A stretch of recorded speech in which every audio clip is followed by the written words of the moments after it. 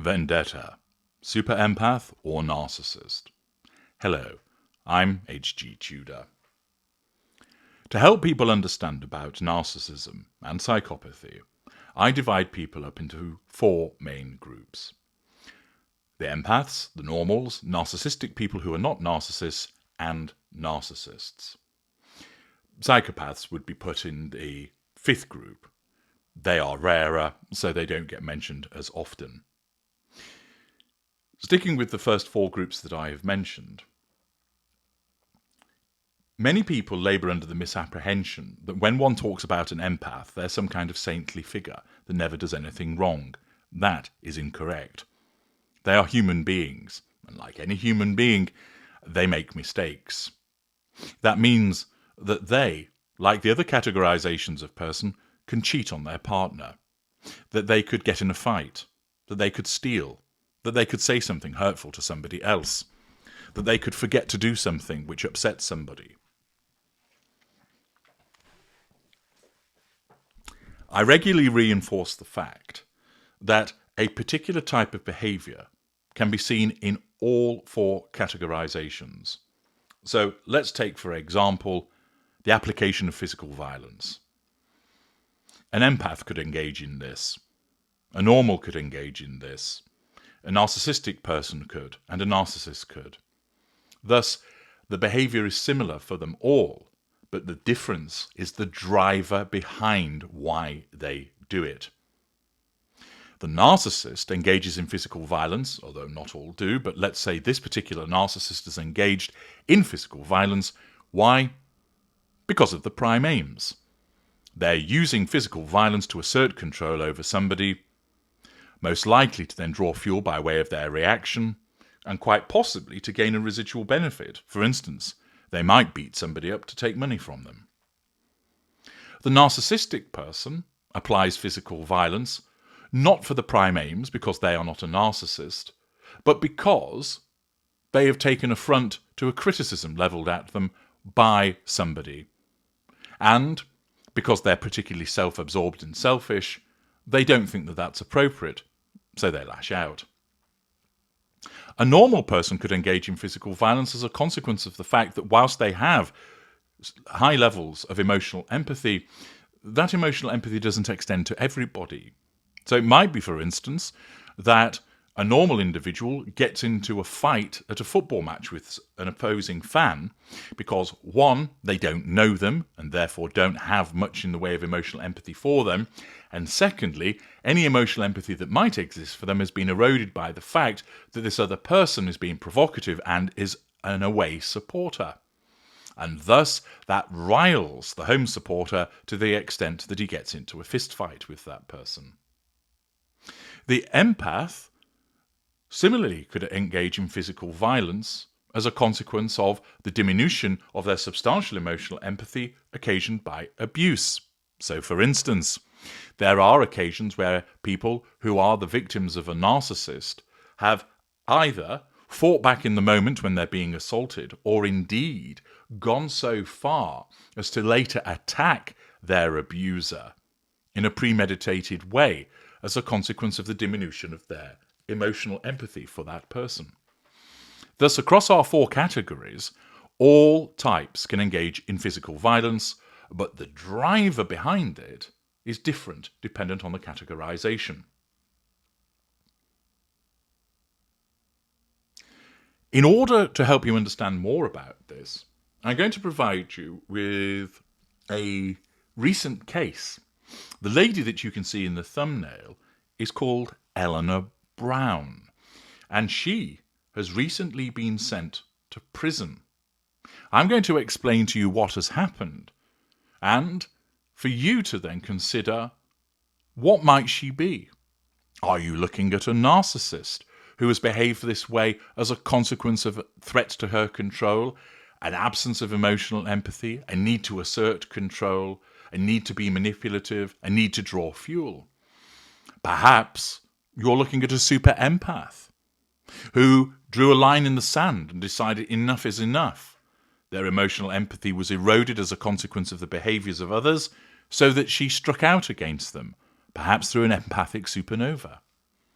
Perhaps the individual is a normal, whereby they didn't have much in the way of emotional empathy for the other peoples affected by her behaviour, and, driven by a motive, misguided or otherwise, she engaged in a course of conduct which caused problems for other people. But it was because her emotional empathy either wasn't there, because they were outside of the circle of empathy, or was reduced. Or was it because she's narcissistic, that she's essentially a selfish person who doesn't really think about others, and something triggered her behaviour, causing her to act as she did? Keep those categories in mind as you listen. As per the Telegraph, a woman who posted sexual images of her father's former lover on an escort site, lack of boundary recognition, sense of entitlement, has been jailed for 3 years. Now, before I continue, I make it clear that as I highlight certain behaviours, they are narcissistic indicators, but they are only indicators. Just because somebody behaves in a way where they lack boundary recognition doesn't automatically make them a narcissist. What you have to look at is, how many of these indicators are we seeing? How often are we seeing? And what are the circumstances in which we're seeing them? Again, keep that in mind. The judge described her as totally devoid of any moral compass whatsoever. Now, is that as a consequence of her behaviour in relation to a specific act? Or is it there just isn't one there at all, which, of course, if that's the case, would be far more likely to support a finding that she's a narcissist? Eleanor Brown, aged 24, had held a deep-seated grudge against her victim since she was a child, after her police officer father had a short-lived affair with the woman in 2012, Leeds Crown Court heard on Monday. A judge said that Brown's attitude after she was arrested shows she was utterly unapologetic, lack of remorse, lack of accountability, and that her lack of remorse was staggering. Judge Alex Menery heard how Brown's father, Jeff, had an affair with the victim when they were both police officers, but it ended and both of them stayed with their spouses. 10 years later, Eleanor Brown noticed that the affair woman's husband had started a business, and this was a trigger for first posting offensive messages on his Facebook page, calling his wife a home-wrecking slag and a tramp. Might this be that this has caused this individual to come up on the radar of a narcissist? It threatens her need for control, and thus this is how she responds? That she responds with a lack of emotional empathy, not just for the woman who had the affair with her father, but also for the woman's husband. What has he done? What has he done to deserve receiving such messages? There's a lack of boundary recognition by placing them on his Facebook page. Or is it perhaps the case of the impact of the affair has had such deep-seated repercussions for Eleanor Brown that the wound runs deep, so that any trigger at a later juncture causes this behaviour to arise? And it isn't driven by a need for control, but is linked to something else that's deep-seated with regard to her behaviours. Brown then sent the husband sexual images of his wife before creating a fake profile on an escorting and sex services website, also featuring intimate photographs. So again, lack of boundary recognition, lack of emotional empathy exhibited. The court heard the profile title was "Ex-Police with All My Uniform, which I like to wear for my clients," and used the phrase "kinky copper." The judge said Brown conspired with her sister Sophie and her mother Sarah to create the fake profile. The court heard Sophie and Sarah are both ex-police officers. Thus, Eleanor Brown has roped in her sister and her mother also, which also underpins an absence of emotional empathy for them to be involved, albeit clearly willingly, in the enterprise. The sister Sophie, 26, has not been charged with any offences, but she was sacked by West Yorkshire Police following a misconduct hearing. Her mother was also not charged with any offences. It would appear, therefore, that since they were not charged with any offences, the prime mover in all of this is Eleanor Brown, that she is the instigator. And might that be because there is this entrenched need for control, an absence of emotional empathy?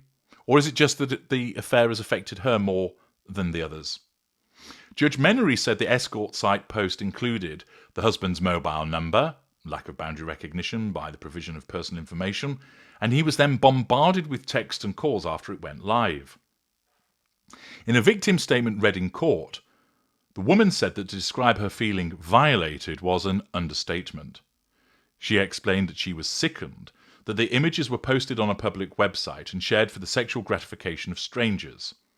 The woman said, "I'm finding it difficult to believe a woman would do that to another woman." She also said she was fearful of what Brown is capable of. Harry Crowson, defending, said it was unfathomable how Brown got involved, saying she became a warrior in a war she ought never to be fighting. Now, pausing there, that's an interesting observation.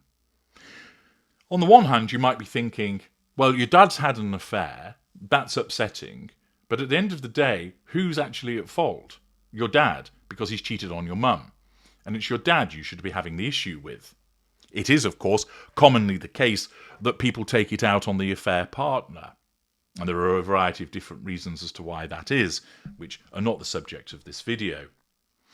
But could it be that because somebody not only seeks to take it out on the affair partner, but also does so years later, strikes at something which is more than just being triggered, but as rather the fact that it represents a potential threat to control, and thus, rather than think, well, you know, this is all water under the bridge, I was hurt by it, but I move on, immediately, almost in effect, has no choice other than to react, because this threat to control has manifested once again, and therefore seeks to assert control by this campaign.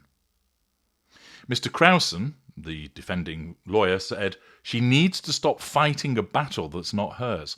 This suggests that this behaviour has been going on for some time. The court heard how Brown was provided with the photographs by her mother, and Mr. Crowson said she was egged on by her family. The barrister said that Eleanor Brown had been severely traumatised by the events of 2012 when she was shown the images as a teenager for reasons the judge said had never been properly explained. That is rather odd, that a teenager has been shown explicit images. That might suggest that perhaps there's somebody else in the family that doesn't recognise boundaries and has an issue with their own emotional empathy. He said that over the years, a woman she had never met had become almost a caricature to her. Now, she's never met her. Therefore, it might be, if she's a normal, she has no emotional empathy for this person because she's outside of her circle of empathy. And also, of course, she sees her as a problem because she's caused an issue within her family dynamic by having an affair with her father. Might it be, alternatively, that this individual has been particularly hurt, does have emotional empathy, but it's been dialed down as a consequence of the father's behaviour and this woman's behaviour, and therefore she feels that it is appropriate to engage in some form of retribution, to send out a message, to strike back. Brown admitted 2 counts of disclosing private images halfway through her trial early this year. Her victim and her husband had already given evidence by the time the defendant changed her pleas, and on Friday, Judge Menery described this as the ultimate act of brinkmanship. Is this a super empath deciding that they ought to be put through the unpleasant nature of having to give evidence in a court scenario? Or is this a narcissist relishing in the fuel being received from these individuals having to give evidence which is a reaction to her behaviour. Judge Menery described this as the ultimate act of brinkmanship, which was a very serious aggravating feature in the case. Because of this, he gave Brown no credit for her guilty pleas. Judge Menery said one of the most egregious and vindictive aspects of the case was Brown's contact with the victim's daughter, who had not been told of the affair. Thus, another individual is roped into all of this vendetta, somebody who didn't know that the affair had been taken place. An innocent, in effect, but not in the eyes of Brown. Her vindictiveness is such that she thinks that the victim's daughter ought to know what her mother has done. The judge heard how Brown told the daughter, "I will make sure your mum is never allowed to forget what she did to my family." Threat, triangulation, adding wherever she goes, her photos will remain and follow her. Judge Menery described this as shameful. That's the report that appears in the Telegraph. Some more information which is helpful comes courtesy of Leeds Live, which tells us that not only did Eleanor Brown send the images to the woman's husband, but she also posted a review on his business page that read, "I contacted this company for a quote. In response, I received naked pictures of his wife, smearing and a lie." The affair was apparently short-lived, and it involved them exchanging sexual images or videos of one another. It's also the case that the father and mother, the husband and wife, it naturally created a difficult time between them, but they moved on. And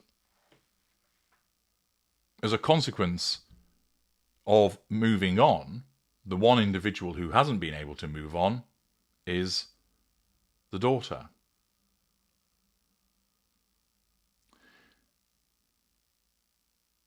In August, the husband was invited to a WhatsApp chat. He ignored it, but he contacted Eleanor Brown's mother, asking her to get her to stop it. But then in September of the same year, he got 14 text messages and 8 phone calls from unknown numbers, form of harassment, possibly hoovering. He called one back, and a man answered, so he asked how he got his number. As a result of that conversation, he looked online and found there was an advert on a site called Viva Street. He found pictures of his wife and his number. It's a website for escort and sexual services.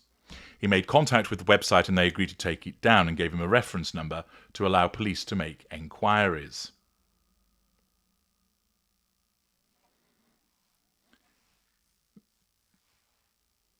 It was said that the man continued to receive calls and text messages and the advertisement on Viva Street was still visible. He then got a number of WhatsApp messages from Eleanor Brown, including a link to the song "It's All Coming Back to Me Now" by Celine Dion, use of music to taunt.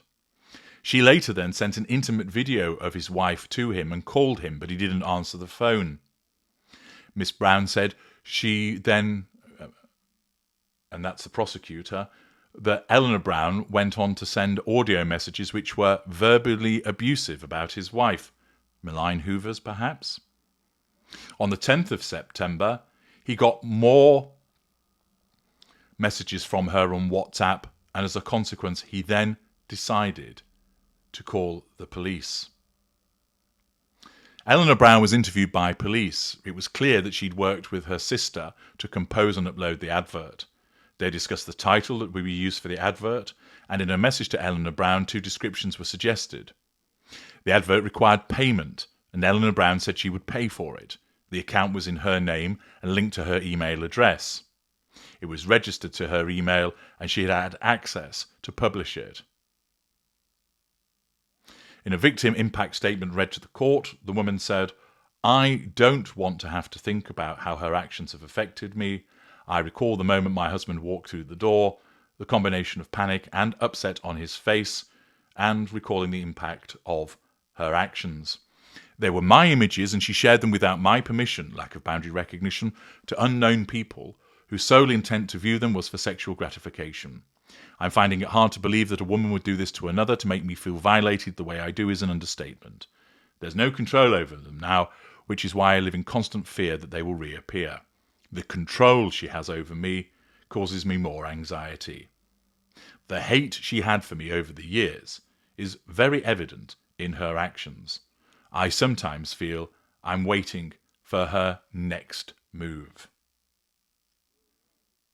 Her barrister said, the case goes back to before she had any responsibility when she was a child. She wasn't made aware. She discovered the affair, and rather than being nurtured and supported, she was chatted down.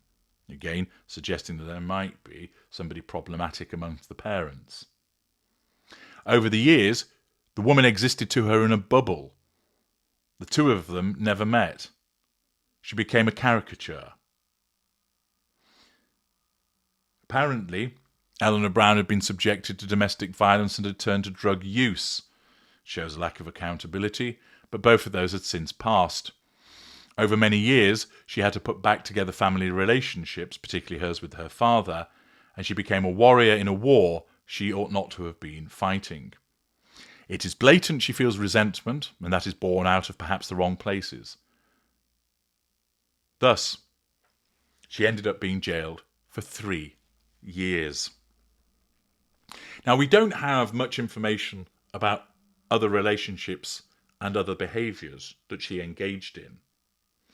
But, to my mind, the fact that an individual would engage in this behaviour years after the event, that she would go about concocting a way of creating an advertisement, that she would not only cause distress and alarm for the woman that her father had an affair with, but the woman's husband and the woman's daughter, that she would engage in this repeated harassment years after the initial event, is demonstrative to my mind of somebody who needs control, and that when she was reminded of the presence of this individual years later, it threatened her innate need for control, and thus she acted with a sense of entitlement.